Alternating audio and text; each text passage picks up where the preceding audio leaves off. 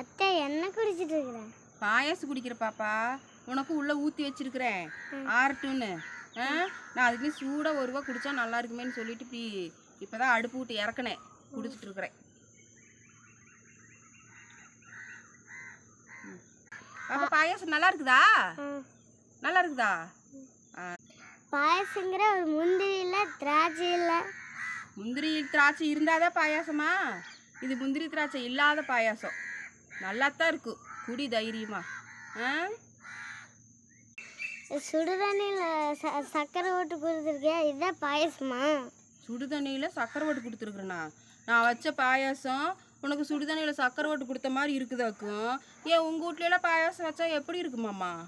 எங்கள் வீட்டையெல்லாம் முந்திரி போட்டு தான் வைப்பாங்க. முந்திரி போட்டு தான் வைப்பாங்களாக்கும்.